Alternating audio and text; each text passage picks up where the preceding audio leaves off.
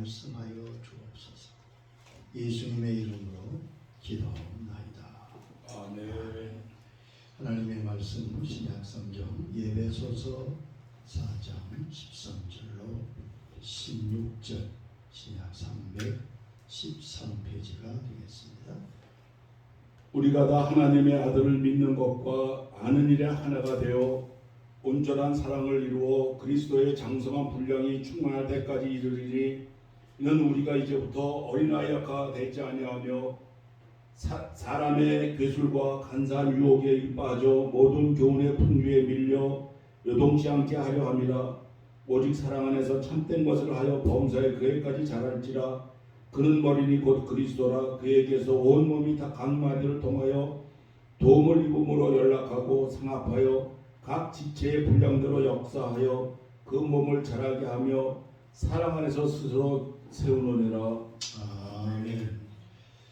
묘기한 교포 학생이 아주 우수한 성적으로 모든 준비를 마치고 하버드 대학에 신청을 했습니다. 그런데 아주 좋은 성적에도 불구하고 그는 불합격되게 되었습니다. 그것은 면접에서 실격된 것인데 이런 일이 아주 자주 있다고 합니다. 그의 성적은 최상위에 속했습니다. 면접관이 이런 질문을 했습니다. 학교 다닐 때 무슨 봉사 활동을 한 것이 있습니까? 없습니다. 혹은 교회에서 성가대나 학생 임원으로 봉사한 일이 없습니까? 없습니다. 그러면 헌혈이라도 한 번 한 적이 있습니까? 없는데요. 그래서 불합격됐습니다. 불합격 이유는 다음과 같았습니다. 남을 사랑할 줄 모르는 사람은 우리 학교에서 가르칠 필요가 없습니다. 그것이 이유였습니다. 봉사와 헌신이 없고 다만 공부만 잘하는 것은 큰 의미가 없다는 결론이지요. 우리의 신앙과 신앙 인격도 바르게 성장해 나가야 합니다. 영적 성장이 매우 중요합니다. 오늘 본문은 우리가 신앙적으로, 신앙 인격적으로 계속 자라나야 한다고 말씀하고 있습니다. 13절, 15절, 16절에 예수님만큼, 예수님처럼 그 분량이 그리스도에게 합당하도록 자라나라고 말씀하고 있습니다. 생명은 자라나는 것이지요. 신체적 성장, 육체적 성장이 필요합니다. 정서적 성장, 즉 지적, 인격적 성장이 필요합니다. 영적 성장, 믿음의 성장이 꼭 있어야 되죠. 예수님은 가장 이런 균형 있는 성장의 예를 보여주셨습니다. 누가복음 2장 52절에 보면 예수님이 자라났던 말씀을 하고 있습니다. 예수는 지혜와 키가 자라가며 하나님과 사람에게 더욱 사랑스러워 가시더라. 키가 자라셨다고 했어요. 신체적 성장이지. 지혜가 자라셨습니다. 지적 성장입니다.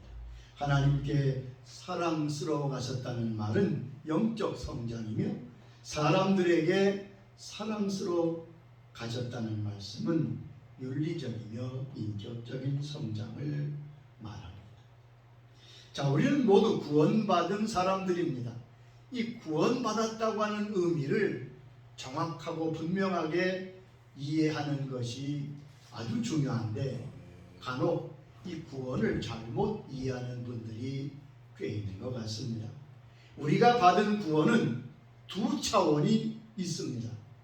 하나는 구원받은 신분이고 하나는 구원의 수준입니다. 신분만 강조하는 것이 바로 구원파입니다. 우리는 하나님의 자녀가 되었습니다. 신분이 하나님의 자녀가 된 거죠. 신분이 바뀌었습니다.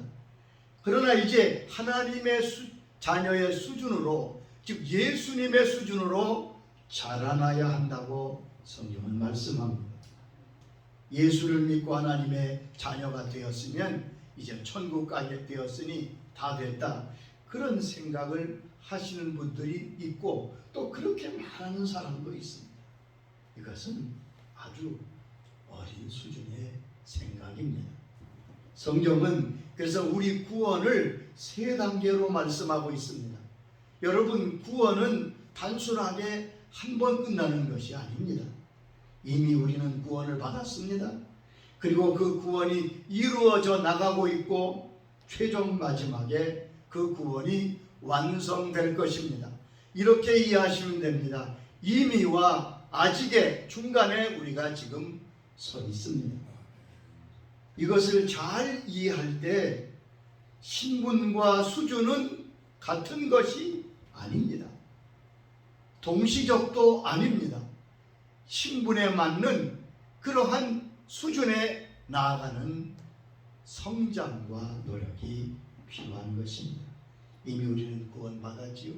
요한복음 5장 24절에 주님이 말씀하셨습니다. 내 말을 듣고 또 나 보내신 이를 믿는 자는 영생을 얻었고 심판에 이르지 아니하나니 사망에서 생명으로 옮겼느니라. 이미 영생을 얻었습니다. 심판을 받지 않고 사망에서 생명으로 옮겼습니다. 골로새 1장 13절에도 이렇게 말씀하십니다. 그가 우리를 흑암의 권세에서 건져내사 그의 사랑의 아들의 나라로 옮기셨으니 이미 흑암의 권세에서 건져내셔서 하나님의 나라, 그 아들의 나라로 우리를 옮겼습니다. 새로운 피조물이 되었습니다. 우리의 신분이 변한 것입니다. 구원은 신분의 변화입니다. 이미 우리가 구원받은 것은 확실합니다.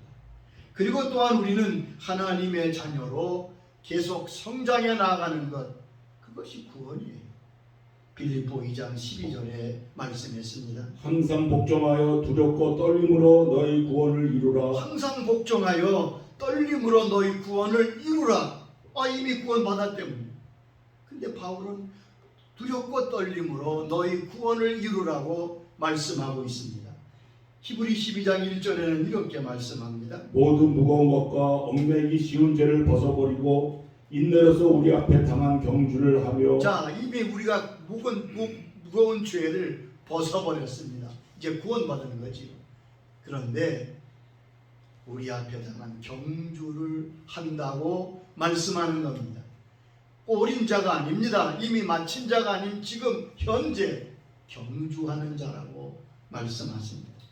그리고 궁극적으로 구원을 받게 될 것입니다. 고린도전서 15장 2절에 말씀하십니다. 너희가 만일 내가 전한 그 말을 굳게 지키고 헛되이 믿지 아니하였으면 그로 말미암아 구원을 받으리라. 바울은 그가 전한 하나님의 말씀 복음을 받고 그 믿음을 끝까지 잘 지키면 그로 말미암아 구원을 받으리라.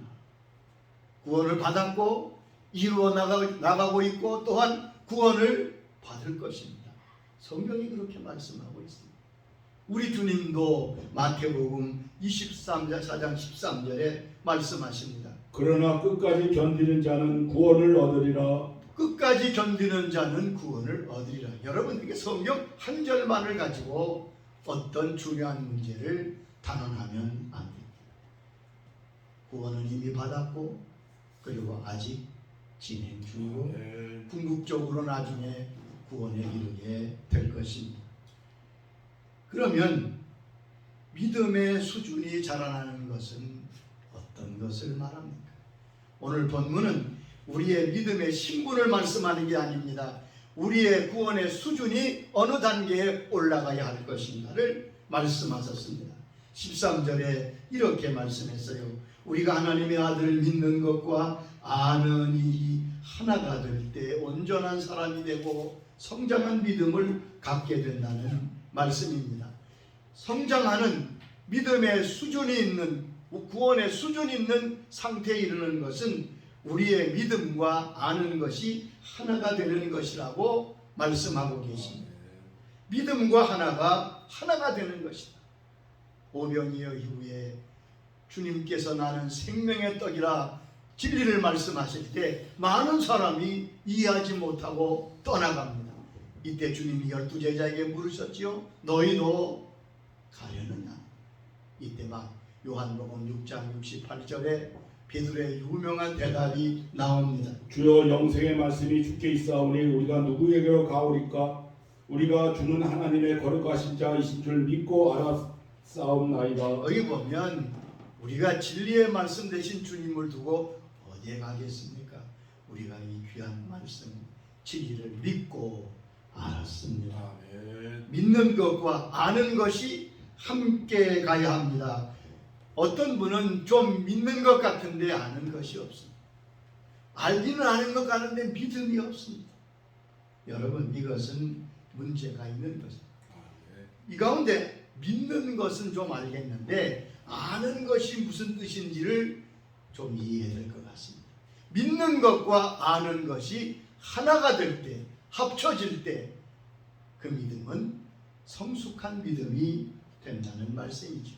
이 본문에서 안다라고 하는 헬라 원문을 찾아보면 정확히 안다, 인식한다, 넘치게 안다, 이 말은 예수 그리스도에 대해서 교리적인 지식뿐 아니라 주님과 깊은 교제를 통하여 인격적인 알음을 의미합니다. 여러분, 예수님을 아는데 두 종류가 있습니다. 첫째는 예수님에 대해서 아는 사람입니다. 예수님은 베들레헴에 나셨고 33세를 사셨고 십자가를 지셨고 다 잘 알아요. 근데 그 예수님에 대해 아는 것. 두 번째 아는 사람은 예수님을 아는 사람입니다. 여기서 안다는 것은 예수님에 대해서 아는 것이 아니라 예수님을 아는 걸 말합니다. 예수님과 교제하고 그분과 동행하는 것을 의미합니다. 예수를 믿는 것과 아는 것이 하나가 될 때 그 믿음은 오늘 여기 보면 요동치 않는 믿음이 된다고 14절에 말씀했습니다. 온갖 유혹과 교훈의 풍조에 밀려 요동하지 않게 하려 합니다. 요동하지 않는 믿음은 어떤 믿음입니까? 아는 것과 믿는 것이 하나가 되는 믿음입니다. 그래서 예수님은 영생에 대해서 말씀할 때 한쪽은 믿는 자가 영생을 가지게 된다고 말씀하며 또는 한편에서는 아는 것이 영생이라고 말씀하셨습니다. 요한복음 17장 3절에 영생은 곧 유일하신 참 하나님과 그가 보내신 자 예수 그리스도를 아는 것입니다. 자, 요한복음 6장이나 쭉 보면 나를 믿는 자는 영생을 가졌다. 예수님을 믿는 것이 영생이라고 말씀하셨고 17장 3절에서는 영생은 하나님과 그 아들 예수를 아는 것이라고 말씀했습니다. 그러니까 아는 것이 믿는 거지. 그런데 놀랍게도 구약에 보면 제사장의 직분을 가진 사람도 하나님을 모르는 사람이었다고 말씀하고 있습니다. 마지막 사사 엘리야 아들 홈니와 비누아스는 그 당시에 제사장들입니다. 성경에 보세요. 그들이 제사를 지내면서 많은 죄를 짓습니다. 그런데 사무엘상 2장 12절에 이렇게 말씀합니다. 엘리 아들들은 행실이 나빠 여호와를 알지 못하더라. 자, 그는 제사장이잖아요. 근데 성경은 그들은 하나님을 알지 못했다. 므낫세는 히스기 왕의 아들입니다. 대단한 하나님의 사람, 하나님이 칭찬하셨던 히스기야 왕의 아들이 므낫세인데 12살 때 왕이 됐습니다. 자기 아버지와는 영 딴판으로 악한 일을 하고 우상 숭배하고 온갖 못된 짓을 다 하다가 바벨론에 끌려가서 처참한 고난을 겪습니다. 하나님의 은혜로 다시 회복되어 예루살렘에 돌아와 왕위에 앉게 되었을 때 그는 비로소 하나님을 알게 되었다고 말씀합니다. 역대하 33장 13절입니다. 그가 예루살렘에 돌아와서 다시 왕에 앉게 하심에 므낫세가 그제서야 여호와께서 하나님이신 줄을 알았더라. 므낫세가 그제서야 여호와가 하나님이신 줄 알았더라. 여러분, 그러니까 하나님의 은혜로 하나님의 자녀가 됐지만 하나님의 자녀의 수준으로 자라는 것은 긴 시간이 필요하다. 나는 과연 하나님을 알고 있습니까? 이스라엘 백성을 향하여 하나님이 이렇게 안타깝게 말씀하십니다. 호세아 4장 6절 말씀 보면 내 백성이 지식이 없으므로 망하는도다. 내 백성이 능력이 없거나 힘이 없어 망하는 게 아니라 내 백성이 나를 알지 못하기 때문에 망한다는 거예요. 이사야 27장 11절에도 이렇게 말씀하십니다. 백성이 지각이 없으므로 그들을 지으신 이가 불쌍히 여기지 아니하시매 그들을 조성하신 이가 은혜를 베풀지 아니하시더라. 백성들이 하나님을 알지 못함으로 은혜를 베푸실 수가 없다고 말씀합니다. 그러므로 이렇게 호세아는 우리에게 강조하고 있습니다. 호세아 6장 3절 말씀. 그러므로 우리가 여호와를 알자, 힘써 여호와를 알자. 그렇습니다. 우리의 믿음, 구원의 수준이 점점 높아지려면 예수를 믿는 믿음과 아는 일이 하나가 되어야 됩니다. 예수님을 알아야 돼요. 하나님을 알아야 돼요. 하나님에 대해서, 예수님께 대해서 하는 거예요. 그분을, 그 인격을 아는 거죠. 그런데 우리에게 하나님과 예수님을 알게 하시는 분이 성령님이십니다. 우리는 성령님께서 우리에게 예수님과 하나님을 잘 알게 하시도록 은혜를 달라고 기도해야 돼요. 호세아 1장 10, 에베소 1장 17절에 보면 바울의 기도가 나옵니다. 우리 주 예수 그리스도의 하나님의 영광의 아버지께서 지혜와 계시의 영을 너에게 주사 하나님을 알게 하시고. 에베소 교회를 향하여 바울이 기도합니다. 하나님, 지혜와 계시의 영, 성령께서 우리에게 하나님을 알게 하여 주시옵소서. 성령님이 우리에게 하나님을 알게 하십니다. 주님을 알게 하십니다. 우리도 똑같은 기도를 드려야 합니다. 성령님, 우리에게 예수님을 알게 하여 주시옵소서. 하나님이 누구신가를 깊이 알도록 인도하여 주시옵소서. 요한복음 16장 14절에 주님은 말씀하십니다. 그가 내 영광을 나타내리니 내 것을 가지고 너희에게 알리시겠습니다. 예수님을 알게 하기 위해서, 예수님을 믿게 하시기 위해 오신 분이 성령님이십니다. 우리가 성령님이 아니었다면 예수를 믿을 수 없었던 것처럼 똑같이 성령님이 아니고는 예수님을 깊이 알 수 없습니다. 여기 보면 그래서 4장 15절 보면 어린아이가 아니라 이제는 성숙한 그리스도인으로 나아가야 될 것을 말씀했습니다. 어린이는 특징이 있지요.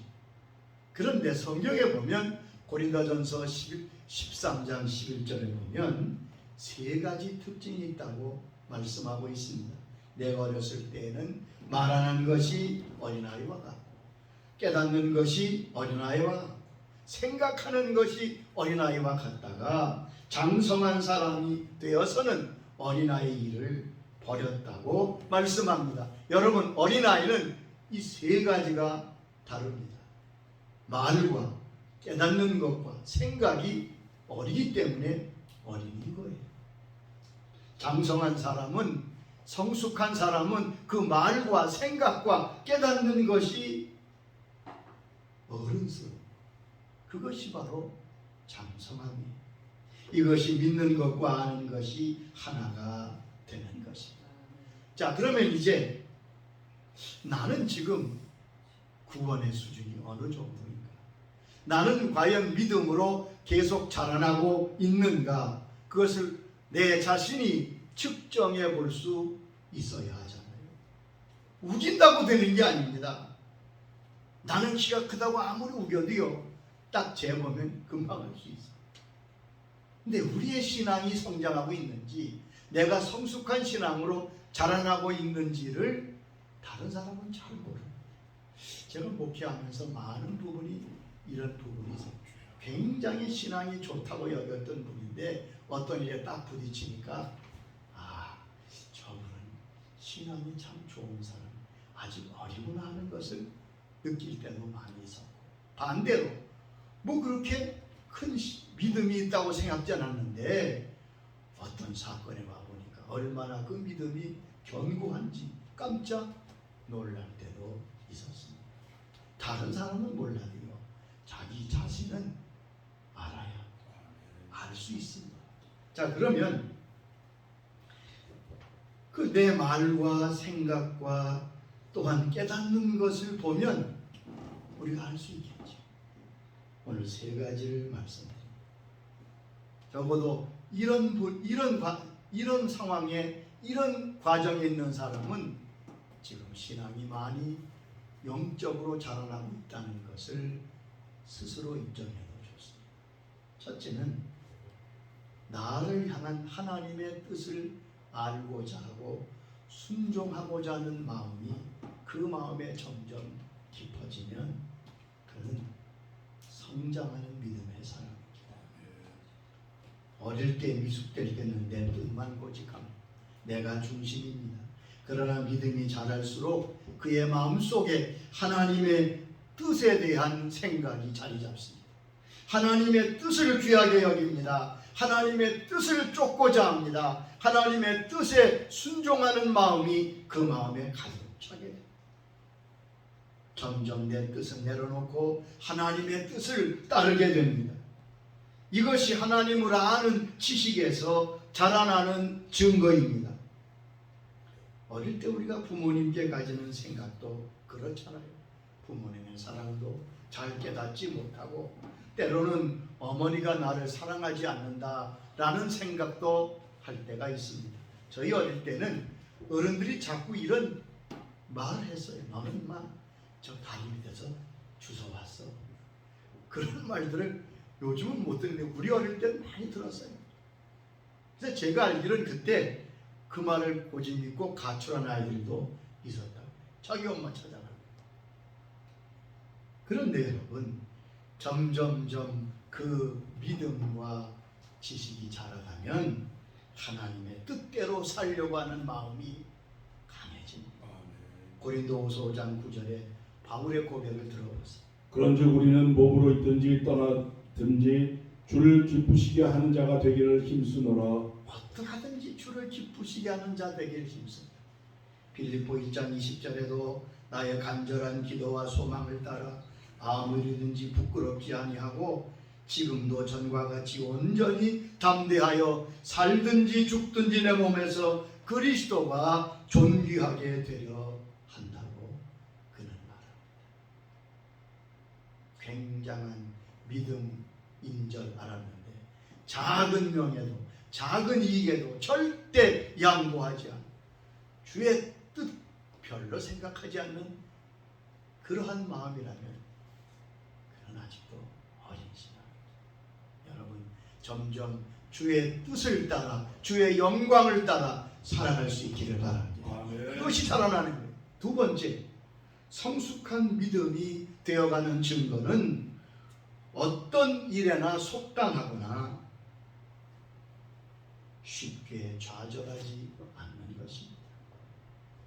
믿음은 그 인격의 성장과 괴를 갖지 않는데 그 성장의 인격의 성장의 수준은 바로 인내와 정비례 한다고 볼 수 있습니다. 성숙할 수 있는 성숙한 하나님의 사람은 인내할 줄 아는 사람, 기다릴 줄 아는 사람, 너무 속단하거나 절망하거나 낙심하지 않습니다. 여러분, 믿음이 성장하고 성숙해 나가는 사람 마음속에는 어떤 믿음이 있습니까?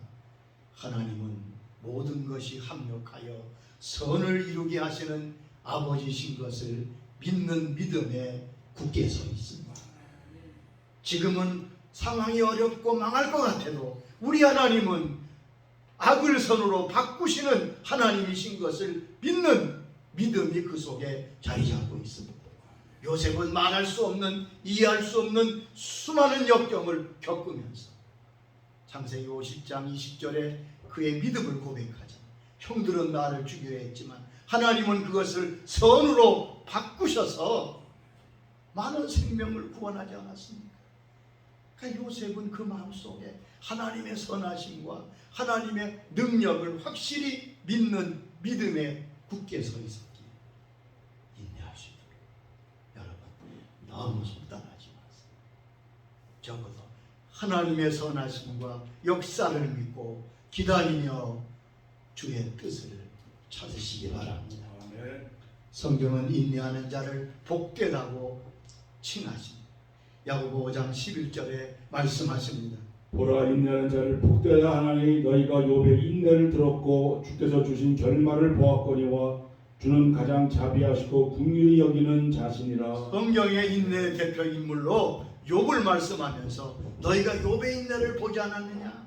욥이 끝까지 하나님의 선하심을 하나님의 능력을 믿고 나갈 때 하나님은 가장 자비하시고 긍휼히 여기는 은혜를 주셨다고 말씀했습니다. 잘 참고 인내하는 사람은 성숙한 믿음의 사람입니다. 누가 어른입니까? 참는 힘이 큰 사람이 어른입니다. 세 번째 성숙한 믿음의 사람이 되어가는 증거는 범사에 감사하는 사람이 되는 것입니다. 여러분 모든 일에 감사한다. 그거 쉽지 않습니다. 그것은 성숙한 믿음의 표현입니다. 어린아이는요 절대 범사에 감사하지 않아요. 좋을 때만 감사하죠. 기쁠 때만 감사하죠. 선물 줄 때만 감사합니다. 그러나 성숙한 하나님의 사람은 하나님을 알고 믿기에 범사에 감사하는 것입니다. 코린대범이라고 하는 독일의 네덜란드의 유명한 전도 사역자가 있습니다. 이분이 나치 수용소에서 많은 고난을 겪습니다. 그 동생 베시와 함께 수용소에 갇혀서 어려움을 당하는데 특별히 벼룩이 많아서 다른 것도 상황이 안 좋지만 너무 벼룩이 많아서 고생을 많이 했다. 근데 어느 날 그 동생 베시가 이렇게 기도하는 거예요. 하나님, 벼룩이 많은 것도 감사합니다. 그래서 그 언니가 야, 이렇게 벼룩 때문에 고생하는데 뭘 감사한단 말이냐. 근데 가만히 보니까 자기를 감시하는 간수들이 굉장히 엄격하게 감시했는데 그 감시의 눈을 피해서 이들은 기도하고 성경을 연구하고 이게 발각되면 큰일 나. 근데 어느 때부턴가 간수들이 자기 방까지 오지 않고 멀리서 돌아가더라고요. 맨 처음에 몰랐는데 차츰 이유를 알고 보니까 그 방에 특별히 그 지역 주위에 벼룩이 많기 때문에 간수들이 가까이 오질 않는 거예요. 그래서 그들은 손잡고 참으로 하나님께 감사했다고 전하고 있습니다. 우리의 신앙의 목표는 예수 그리스도. 영적 성장의 목적도 어느 성인, 어느 대단한 영 그거 아니에요. 예수님이 오늘 말씀했잖아요. 그리스도의 분량까지 그에게까지 자라라.